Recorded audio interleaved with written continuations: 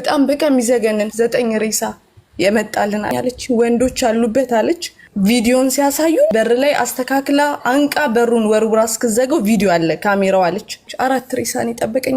ሴትዮዋ ታስመሻታለች። ሳሎን ውስጥ ነው አንጥፋ የምተኛው። ሴትዮዋ ማዳም ዋጋ ደውዬላት ነበር። እኔ የረዲት ዘመድ ነኝ እና ያለውን ነገር እናቷ ማወቅ ትፈልጋለች። ምን ተፈጠረ አልኳት። ጠዋት ስነሳ አለችኝ ልጄ ነች ያየቻትኝ። ልጄ ኪችን ውስጥ ተሰቅላን ያየቻት ምናምን ነገር ራሷን አጥፍታል። በተመድ ነው እንዴ ራሷን አንቃን የገደለችው ነው የምትለው ማዳሟ።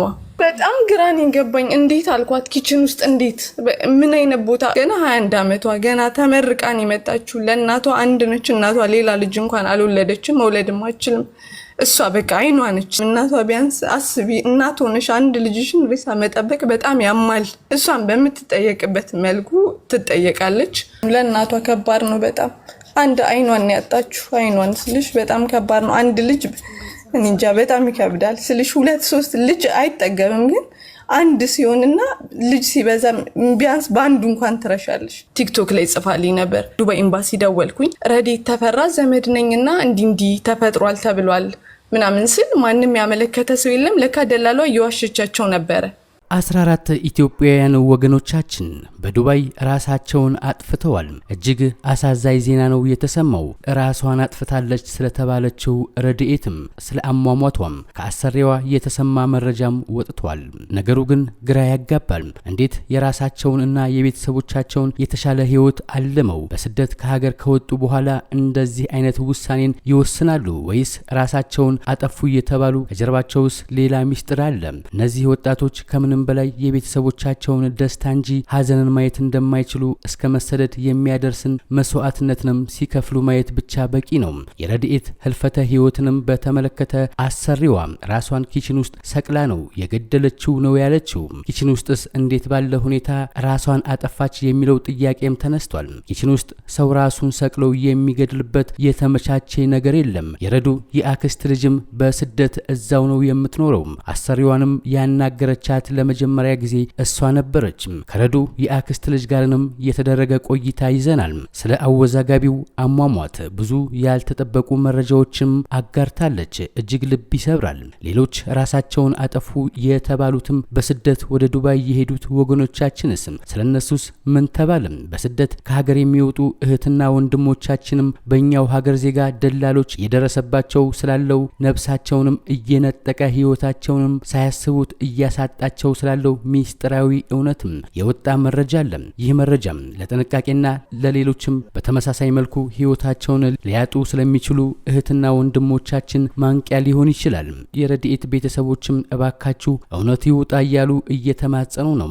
እነዚህ በስደት ያሉ ወገኖቻችን ራሳቸውን አጠፉ ሲባል ዞሮ ዞሮ ሀዘኑን የሚረዱት ቤተሰቦቻቸው ናቸው። ነገር ግን በሚዲያ ወጥቶ ያልሰማናቸው ብዙ ወገኖቻችን በቂ ማስረጃ ሳይኖር ነፍሳቸውን ካጡ በኋላ ራሳቸውንም አጠፉም እንባላለን። ነገር ግን አሳማኝ መረጃዎችም እየወጡ አላየንም። ኤምባሲውም የሚመለከተው አካልም ትኩረት ቢያደርግ የሚሉ አስተያየቶችም ተበራክተዋል። ሰላም ጤና ይስጥልን ውድ የእውነት ቲዩብ ቤተሰቦች፣ በያላችሁበት ሁሉ ሰላማችሁ ይብዛ፣ ከሚሰማው አስደንጋጭ መረጃ ሁሉ ይሰውራችሁ እያልን አሁን ተሰምቶ የብዙዎችን ልብ ወደ ሰበረው መረጃ በተመለከተም ወደ ተደረገው ቆይታ አለፍን። አብራችሁን ቆዩ። ያረኩት ነገር የሰማሁት እኔ አርብ ዕለት ነው። አርብ ዕለት ወደ ማታ አካባቢ ከሷ ጋር ከረዱ ጋር ጃንዋሪ 16 ላይ ቲክቶክ ላይ ጽፋልኝ ነበር። ሊዲዬ ሰላም ነው ምናምን ብላ ጻፈችልኝና ረዱዬ እንዴት ነሽ? ቁጥር ራሱ የላትም ነበር ያኔና ከዛ ሊዲዬ መጥቻለሁ ዱባይ ነኝ ያለሁትኝ እና ትንሽ ስራ ከብዶኛል አለችኝ ማለት ነው። ከዛ እንትኔን አስቀመጥኩላትኝ ስልክ ቁጥሬንና ረዱዬ በቃ ቴሌግራም ላይ እናወራለን፣ ገና 15 ቀን ስለሆነ አኪድ ይከብዳል፣ በ15 ቀን አይለመድም እናወራለን አልኳትኝና እኔም ትንሽ በራሴ ጉዳይም ቢዚ ነበርኩና ምን ደግመን አላወራን። ከዛ ቴሌግራም ላይ ለመድሽናም ብዬ ጽፌላት የኢትዮጵያ ቁጥር ነው የዚህን ሀገር ቁጥር ራሱ አልያዘችም ነበረ እና ለመድሽ እናቴ ምናምን ብዬ ጽፌላት አልመለሰችልኝም። በቃ እርግጠኛ ስራ አዲስ ነው ይከብዳል ለምዳ ነው ብዬ ዝም አልኩኝ፣ አላወራንም። ከዛ አርብ ዕለት ከቢሮ ወጣሁኝና ጂም ሄጄ ነበር። ልክ መንገድ ላይ የመጣው ከቤት ደወልንላቸው እንጂ እኛ እኔ ደወልንላቸው ቦታም ላይ እንዴት ናችሁ ምናምን ስንል ረዱ ሞታ ለቅሶ ላይ ነን። አላመንኩም ስልሽ አውርተናል። እንደዛም አይነት ውሳኔ የሚያስወስን ደረጃ ላይ አልነበረችም ምናምን በቃ እንዲህ አሁን እኔ የምልሽ ነገር አቡዬ በጣም ቢከብዳት ቶሎ ቶሎ ታውራኝ ነበር ምናምን እኔ መሰለኝን ነው የምልሽ እኮ። ከዛ እሺ ምን አድርጋችኋል አልኳቸው። በቃ ቀጥታ ወደ ጉዳይ መግባት ስላለብን የደላሏን ቁጥር ፎቶዋ ምናምን ላኩልኝ። የደላሏን ቁጥር ስደውል ስልኳ ዝግ ነው አይሰራም። ሁለተኛው ስልኩ ይላኩልኝ ይጠራል። ከዛ ደላላዋ ኤምባሲ አመልክታለች አሉ። አመልክታለች የእሷን መልስ እየጠበቅን ነው ሲሉኝ እኔ ሰኞ ዕለት ልክ ኤምባሲ ጠዋት እንደተከፈተ ዱባይ ኤምባሲ ደወልኩኝ። ረዴት ተፈራ ዘመድ ነኝና እንዲህ ተፈጥሯል ተብሏል ምናምን ስል ማንም ያመለከተ ሰው የለም። ለካ ደላላዋ እየዋሸቻቸው ነበረ። ማንም ያመለከተ ሰው የለም። የመጀመሪያ ሰው አንቺ ነሽ ፋይል የከፈትሽው፣ በቃ ሁሉን ነገር እናጣራለን ምናምን አሉኝ። እግዚአብሔር ይስጣቸው። ዛሬም ጠዋት እየደወሉ ነበር። ብዙ ነገር እያደረጉልኝ ነው። የሚያስፈልጋቸውን መረጃ እየላኩላቸው ነው ለኤምባሲ። እና አርብ ዕለት ሴትዮዋ ታስመሻታለች። ሳሎን ውስጥ ነው አንጥፋ የምተኛው። ሴትዮዋ ማዳሟ ጋር ደውዬላት ነበር። ቁጥሯም አለኝ የማዳሟም የወንድሟም የማዳሟ ወንድም ማለት ነው። እና ከዛ ለሴትዮዋ ደወልኩላት። እኔ የረዴት ዘመድ ነኝ እና ያለውን ነገር እናቷ ማወቅ ትፈልጋለች። ምን ተፈጠረ አልኳት። አርብ ዕለት እስከ 3 ሰዓት አብረን ነበርን። ቁጭ ብለን ሻይ ላፍልታልኛለች።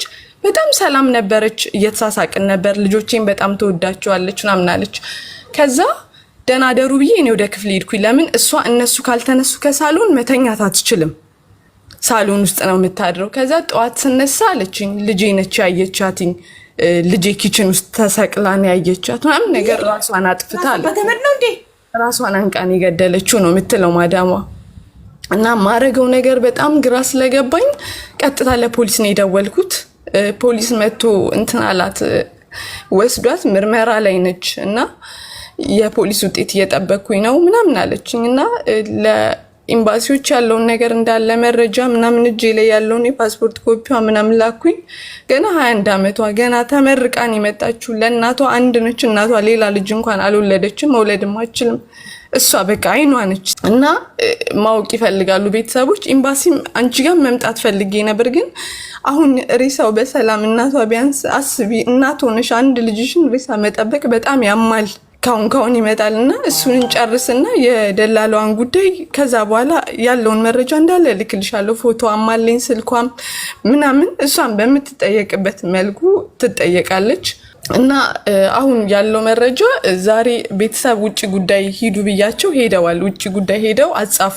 ሬሳ ይምጣልን ብለው ማጻፍ አለባቸው።